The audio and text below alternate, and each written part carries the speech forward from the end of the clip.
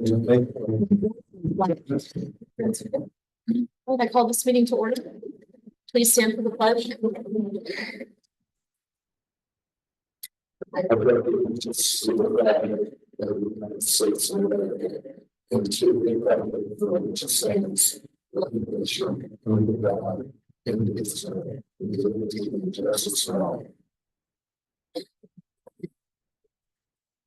Roll call, please. Mayor Contact Brown. Councilman Schwab. Here. Councilman Bowman. Here. Councilman Trenary. She is with us on Zoom. Mayor Durham. Here. Public comment. We do not have any public comment this evening.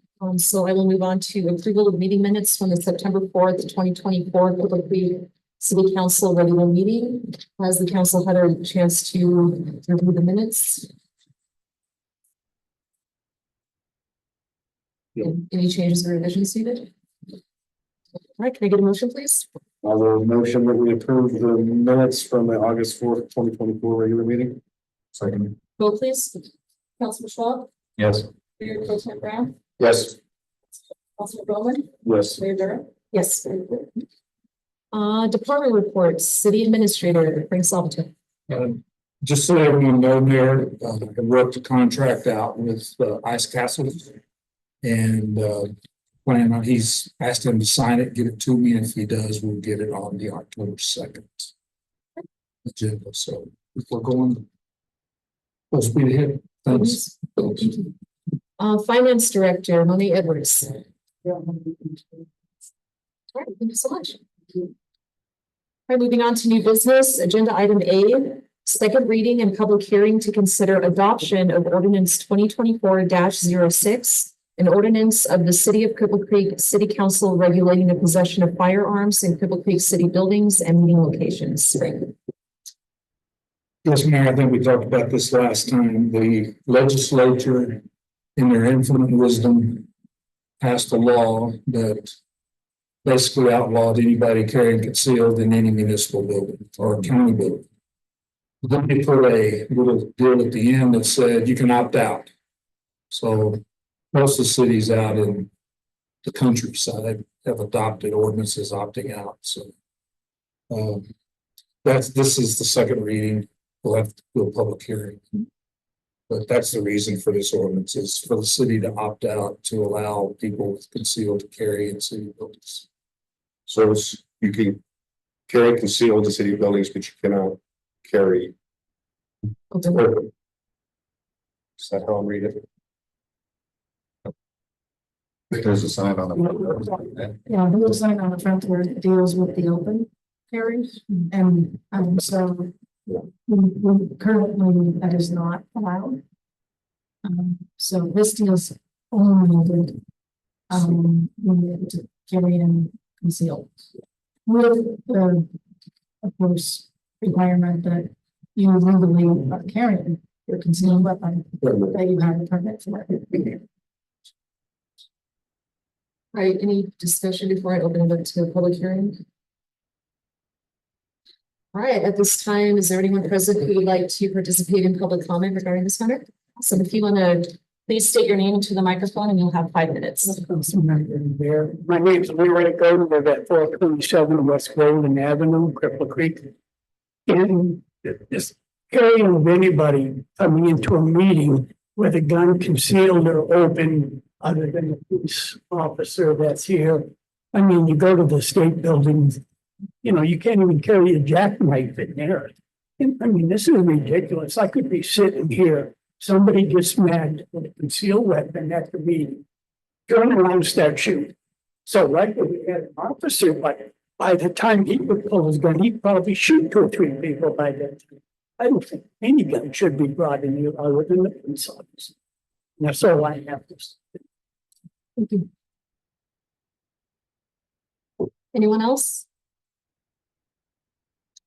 Okay, at this time I will close the comment.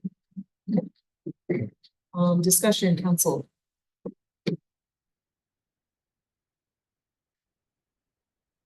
I do have a question for Chief, if you don't mind.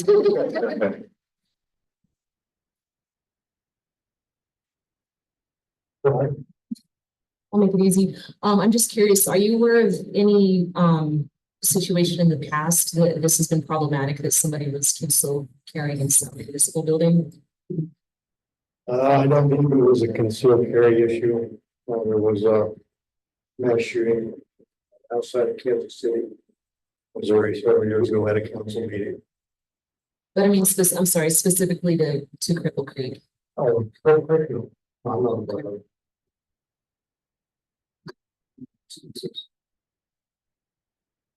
That was my easy question. So, thank you for the question. No, Mayor, I'll talk. Please, yeah. I understand your point, Leroy. Um, if somebody, whether they have legal possession or not, and they bring a weapon in, they're going to bring it in whether they want to or not, shoot people. You know, if they get mad, they're going to shoot people. But most people that carry concealed carry for that reason, so that they can respond. Because if no one here except the police chief is the only one holding the gun, and he pulls the gun, and the first person he takes out is the chief, we're all sitting here with our finger in our ear. I guarantee you, right now, if somebody pulled something right there, we're gonna have a whole bunch of holes in them. There's quite a few people in this room, I'm pretty sure, that are carrying concealed. Well, I don't disagree with you, but I think people have the right to protect themselves. So that's my only thought. But so it's your decision. Have the right to protect yourself, not. I mean, I can get mad and not pull it down, sure. But I don't need to protect myself if somebody else does. And I know I asked. But I understand this point. Absolutely, I understand. Do you happen to know, it sounds like it's the majority of rural communities that are choosing the opt-out, specific. I don't know specifically the number, but the ones when I went online looking for the ordinances, there's a lot of them that just goes right down the list. I'm on a city manager list with CML, and that's where the conversation was being held. And there's a lot of cities that were passing the ordinances around. And I also do know that Park County, Fremont County, and Tilica. All passed one. So I haven't got a concealed permit yet, but I'm assuming when you go through the process, you run through the process, they check you out. And obviously, anybody can get the sheriff's office. Yeah, you have to go through the sheriff's office to get the permit. And I believe it's, because I do have my permit and I just renewed in March, and I believe it's CBI and FBI background check in order to obtain it. And I understand what you're saying. If somebody's going to, most people, if not all people I know who actually go through the process and have their concealed carry permit, they have to have muster at a pretty strict level to do that. Somebody who has the intent to commit a crime of that nature, they're not going to bother with getting a concealed carry permit. So If we have a metal detector at the door and security checking everybody, then that might feel difficult, but. and the rate of gun ownership in Teller County is, and it's a high rate of We're sixth in the nation. 6 in the nation. Last I saw. Anyway, just my comments. It's up to y'all, whatever y'all read. Yeah, the state statute is pretty specific on the requirements that have to be met. I'd be happy to provide those to the board after the meeting starts. Yeah. But I'm working on it. You mean for concealed? Is that what you're, yeah. Any further questions or discussion? Right, can I get a motion, please? I will make a motion that we approve ordinance 2024-06. One second. Vote please. Mayor Pro Tem Brown. Yes, sir. Bowman. Yes. Councilman Schwab. Yes. Mayor Durham. Yes. Agenda item G. Second reading and public hearing to consider adoption of ordinance 2024-07 to amend section 10-11-10 of the municipal code. Chief Wright. Mayor, Council, with the Cripple Creek Police Department. This is second reading on an amendment to our camping ordinance, to prohibit, camping. We went through this a few weeks ago. Do you have any questions that I can answer? I do have just a few. The first question, item number one, the extended camping permit may be revoked if there exists a lack of ongoing activity typically associated with the building process. Is there a more clear definition about what that looks like as far as what is considered regular activity? So we included the a year time period, for the exclusion of the length of that program. Talking to Kim, the building department. We first worded it that if there was ongoing, if you have a building permit, you're going to construct a house, you want to stay in a camper while you're building your house, that makes sense. But you get your building permit, you don't have to do anything. You could go dig a post 364 days after your permit is issued. Dig a post hole, set a post, progress, get an extension of your building permit and stay for another period of time, do another post. So that's why we left that in there, but it's 1 year. 1 year period, then you have to apply for a new. And if you haven't made any growing progress in that year, then that we can consider probably not issuing any camping. So that's it's hard to do the are you making progress? Are you can build a house pretty quick, you can see progress through, for a few months' time, with groundbreaking foundation. Getting it closed in and then getting something on the inside. Someone that doesn't make that progress that we would anticipate with this building. That's what we need to watch. Trying to make sure that we're not issuing camping from the of. I'm going to circumvent the 30-day period and get a building permit on the building. Absolutely. Yeah. So that's what we consider. One question, doesn't the building code have a 6-month expiration on the building code if no progress is made? Well, it's a good for a year, but you need to have an inspection every 6 months. So you need that. But I think what Bud was referring to, if you have a dozen footings you have to put in, you can expect one in 6 months. You can expect another 6 months. One that gets extended for another 6 months. So every 6 months, you have one inspection. Permit continues. That's what I'm saying. So it's not on the building code. If there's not progress in 6 months, you can void the building permit. So they have to do something. Yeah, it might be minor, but I think that's a building official call too. I don't know legally where we would stand, but if they go out there and dig a trench in 6 months and say I'm building a house, I think I would consider pulling the permit, making proof otherwise. That's where I was headed. Well, thank you. Next one, item number 6, trash must be managed on site and removed from site regularly. How do we define regularly as far as trash removal? Not accumulated. Our trash and rubbish is an accumulation of that is subjective. It's piling up, the animals getting into it, return the bags, it's gathering it, it's blowing. He's got bags in there, rubbing, yeah. And I know we talked about this last time, the 14-day occupancy For guests. for guests. Yeah. So they could be there for 14 days, leave for 1 day, and come back the following day, and that 14 days can kick off again. In theory, Okay. we don't have a restriction or a limit that. That's active. If that's something we would like to consider. That's something we can address, but we don't feel it. I was gonna say there's no. Yeah, there's no, so if it ain't broke, don't fix it currently. I haven't noticed, we had one guy painting the duplex there by the post office. He thought it was gonna take longer, so probably 14 days. come back. If we could. Okay, so,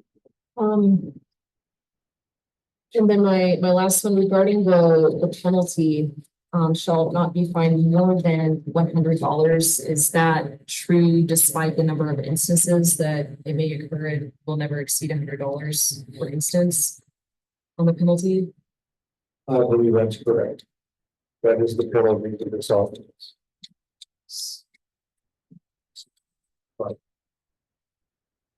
Isn't that the one, Aaron, that went to Court of Appeals or something, and they talked about the price? If your fine is too much where an indigent can't pay, then it's unreasonable, or there was something with that loss that. Well, yeah, I don't think it said if you are essentially taking homeless people and criminalizing homeless, then you're violating the federal constitution, is Eighth Amendment against excessive punishment. So I can't think of it. So if you set the fine too high, that would be part of that. That's what that is, because they can't pay the fine.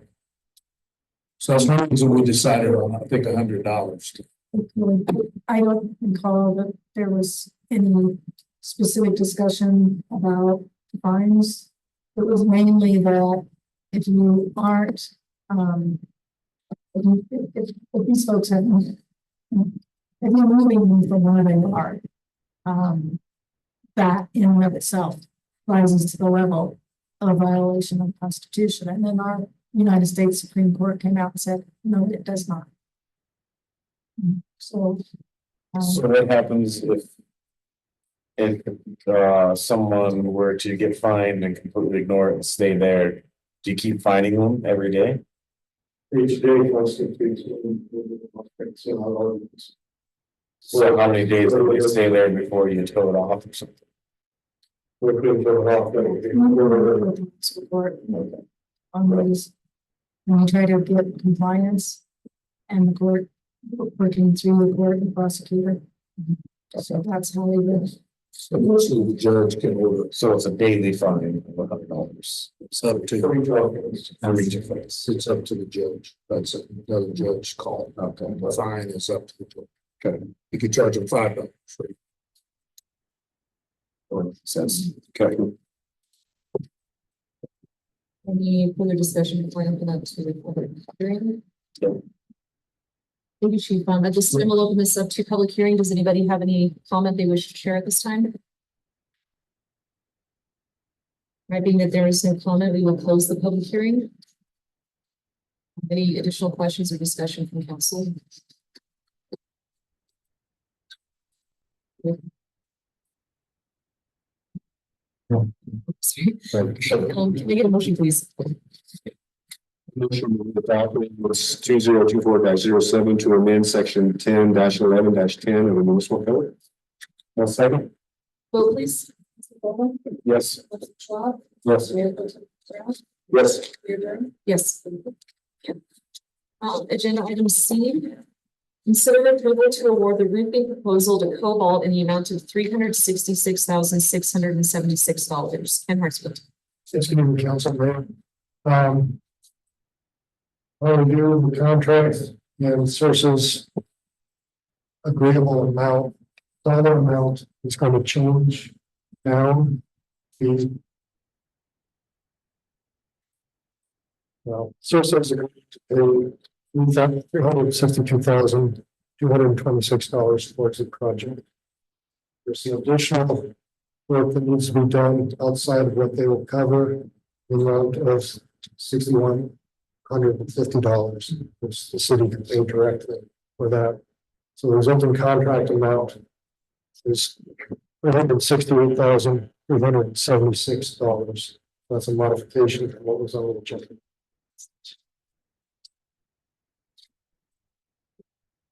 And in addition to that, we're requesting a $10,000 contingency to be approved by council for any unexpected conditions that may arise during the construction.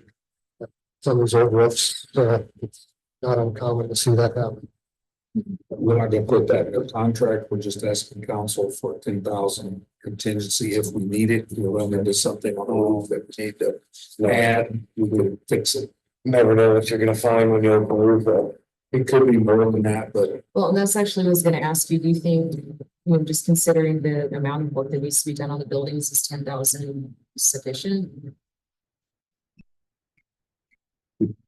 yeah, I just threw 10 out, I mean, 10% is not unnormal, which would be 36,000. Could we just do 10%? I was gonna say 25. I think 10% would be good. I think 10,000. Not like we don't have to use it. So it would be almost 37,000, what was 368,000, so that's 10% about 36,800 or 37,000. I just don't want to get in a position where it exceeds the 10,000, then it has to come back to. Well, we don't want to slow the contractor up, but it'll be him looking at it, myself looking at it. If they request funds, we'll have to justify that. I'm okay with doing the 10% contingency. Or see, they did agree to pay the judge. So what was, Yes. what was the number on that one? Yeah. What was that? Which we haven't seen. Yes, it's $31,811.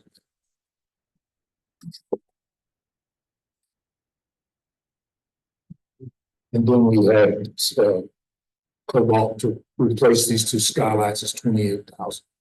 That's Some included in sources that agreed price. to that. Is that separate from this or is it? No, it's in just to let you know, that was kind of a back and forth.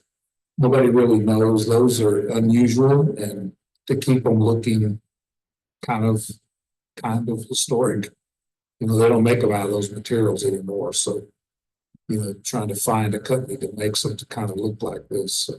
So along those lines, I know, are they gonna, some kind of tent on those? So I know there's been a lot of complaints how hot it's. We're gonna put some better glass in it that has a great Glasses have been moved, so it won't have the. Gas, I think it's 2 ways of how gas and turn it to close with the heat. Locked out. to try it first and see how much heat builds up in there. I've also talked to Bob. They make a kind of a curtain that you can pull across to cover it during the day and then open it up, or even open in the winter if you need to. But they kind of make a curtain that has a long stick and you go in there and shut the curtain. You can do them electric too, where and they close with. No, we're not breaking. There it goes. Okay, yeah, we want to do the glass first and see if that helps, but it does get very hot. So 36, that's just contingency. Then. So the contract is still 368, 376. So Madam Mayor and Council, suggest a motion then, if you're ready for that. That would be to approve the award of roofing contract to Cobalt in the amount of $368,376 and authorize a 10% contingency and authorize the city administrator to sign the contract. Vote please.